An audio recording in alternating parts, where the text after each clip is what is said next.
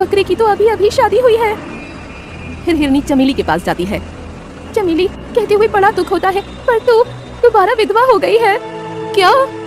हाँ, तेरे बकरे को शेर सिंह ने मार दिया है। ये मैं अपनी आंखों से देख कर आ रही हूँ। नहीं, ऐसा नहीं हो सकता। गुलाब नहीं मर सकते। अपने आप को संभाल चमेली। अब मैं जीकर क्या करूँगी? नहीं जीना मुझे इस वहशी दुनिया में। तुझे अपने बच्चों के लिए जीना है। पहले तेरे 2 बच्चे थे, अब 3 बच्चे हैं। अब 3 बच्चों के लिए तुझे जीना होगा चमेली। पिता की मौत की खबर सुनकर चमेली और तीनों बच्चे खूब रोने लगते हैं। यूं ही कुछ दिन बीत जाते हैं।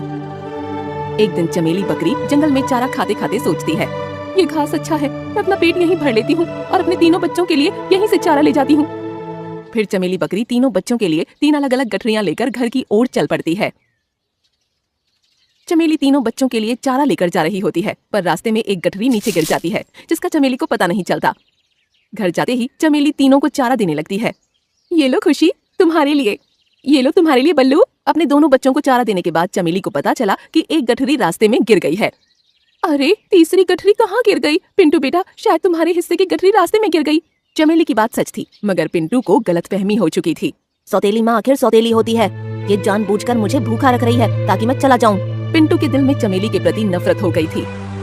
एक दिन जब वो अपने सगे बेटे बल्लू को नहला रही होती है, तब पिंटू कहता है, मम्मा, मुझे भी नहलाओ ना। हाँ बेटे, बल्लू के बाद तुम्हें नहलाऊंगी। थोड़ी ही देर में चमेली बल्लू को नहला देती है, पर जैसे ही पिंटू को नहलाने जाती है, तभी भोला बंदर आता है। चमेली जल्दी चलो, तुम्हारी सहेली हिरनी की तबीयत बहुत खराब है। चमेली अपने सौतेले बेटे पिंटू को नहलाने जा रही होती है, मगर हिरनी की तबीयत खराब होने की खबर सुनकर कहती है, बेटा मुझे जाना होगा। मगर आपने तो मुझे बल्लू के बाद नहलाने को कहा था। मगर अब तुम्हें नहीं नहला सकती, मुझे इसी वक्त हिरनी के पास जाना होगा। चमेली बकरी भोला बंदर के साथ अपनी सहेली हिरनी के पास जाने के लिए चली जाती है। ये देख पिंटू को चमेली के प्रति और नफरत हो जाती है। सौतेली माँ आखिर सौतेली होती है। वो अपने बच्चों को ज्यादा प्यार देती है और मुझसे सौतेला व्यवहार करती है।